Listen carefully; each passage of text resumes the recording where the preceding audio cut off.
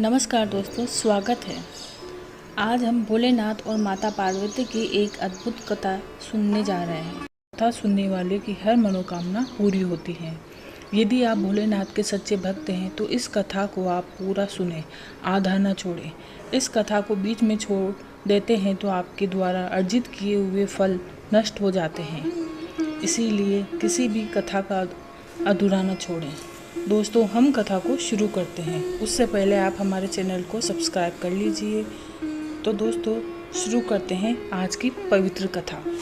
एक शहर में एक साहूकार रहता था। उसके घर में पैसों की कोई कमी नहीं थी, लेकिन उसके कोई संतान नहीं थी, जिससे वह बहुत दुखी रहता था। पुत्र की कामना करते हुए वह हर सोमवार को भगवान शिव का व्रत किया करता था और शिव और पार्वती जी की भक्ति के साथ शिवालय भी पूजा करते थे। उनकी भक्ति देखकर माता पार्वती प्रसन्न हुई और उन्होंने भगवान शिव से साहूकार की इच्छा पूरी करने का अनुरोध किया। पार्वती जी की इच्छा सुनकर भगवान शिव ने कहा, हे पार्वती, इस संसार में प्रत्येक प्राणी को उसके कर्मों के अनुसार फल मिलता है और उसके भाग्य में जो कुछ भी होता है उसे भुगतना पड़ता है। लेकिन पार्वती जी ने साहूकार की आस्था को बनाए रखने की इच्छा पूरी करने की इच्छा व्यक्त की। माता पार्वती के अनुरोध पर शिव जी ने साहूकार को वरदान दिया, लेकिन उन्होंने यह भी कहा कि उनकी संतान अल्पायु होगी और केवल 16 वर्ष तक ही जीवित रहेगी। साहूकार माता पार्वती और भगवान शिव की यह बात सुन रहा था। वह पहले की तरह शिव की पूजा करता रहा। कुछ समय बाद साहूकार के एक पुत्र का जन्म हुआ। जब वह बालक 11 वर्ष का हुआ तो उसे पढ़ने के लिए काशी भेज दिया गया। साहूकार ने बेटे के मामा को बुलाकर ढेर सारा पैसा दिया और कहा कि तुम इस बच्चे को काशी विद्या प्राप्त करने के लिए ले जाओ और रास्ते में यज्ञ करो। आप जहाँ भी यज्ञ करें वहाँ ब्राह्मणों को भोजन कराकर दक्षिणा देकर जाएं।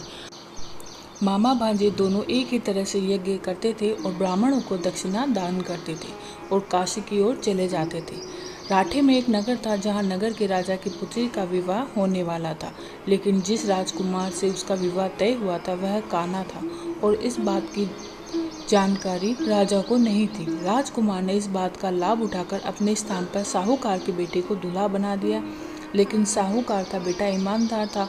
उसने अवसर का लाभ उठाया और राजकुमारी के दुपट्टे पर लिखा कि तुम मुझसे शादी कर चुकी हो, लेकिन जिस राजकुमार के साथ तुम्हें भेजा जाएगा वह एक आँख वाला कान्हा है। मैं काशी पढ़ने जा रहा हूँ। जब राजकुमारी ने चुन्नी पर लिखे शब्दों को पढ़ा तो उसने अपने माता पिता को यह बात बताई। राजा ने बारात को लौटा दिया और अपनी बेटी को अपने पास रहने दिया। उधर साहूकार का लड़का और उसके मामा काशी पहुँचे। वहाँ जाकर यज्ञ किया। लड़के की उम्र के दिन जब वह 16 वर्ष का था, एक यज्ञ किया गया। लड़के ने अपने मामा से कहा कि मेरी तबीयत ठीक नहीं है। मामा ने कहा कि तुम अंदर जाओ और सो जाओ। शिव के वरदान के अनुसार कुछ ही पलों में बच्चे की जान निकल गई। मृत भांजे को देखकर उसके मामा विलाप करने लगे। संयोग से ही उसी समय शिव और माता पार्वती वहाँ से जा रहे थे। पार्वती ने भगवान से कहा, प्राणनाथ, मैं इसकी पुकार को सहन नहीं कर सकती। आपको इस व्यक्ति की पीड़ा को दूर करना होगा। जब शिवजी मरे हुए लड़के के पास पहुंचे तो उन्होंने कहा कि यह उसी साहूकार का बेटा है जिसे मैंने 12 वर्ष की उम्र में वरदान दिया था। अब उसकी उम्र खत्म हो गई है। लेकिन माता पार्वती ने कहा कि हे महादेव, कृपा करके इस बच्चे को उम्र दे, नहीं तो इसके माता पिता मर जाएंगे। शिव के अनुरोध पर भगवान शिव ने लड़के को जीवित कर दिया और शिव की कृपा से वह बालक जीवित हो गया।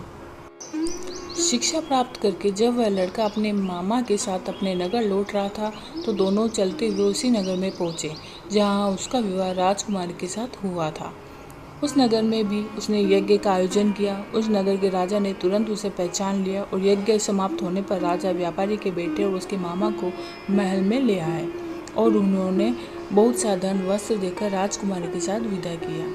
लड़के के मामा ने नगर में पहुंचते ही एक दूत को घर भेजकर अपने आने की सूचना भेजी। बेटे के जीवित वापस लौटने की सूचना से व्यापारी बहुत प्रसन्न हुआ। व्यापारी और उसकी पत्नी ने स्वयं को एक कमरे में बंद कर रखा था।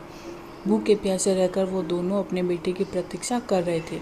उन्होंने प्रतिज्ञा कर रखी थी कि यदि उन्हें अपने बेटे की मृत्यु का समाचार मिला तो वो दोनों अपने प्राण त्याग देंगे।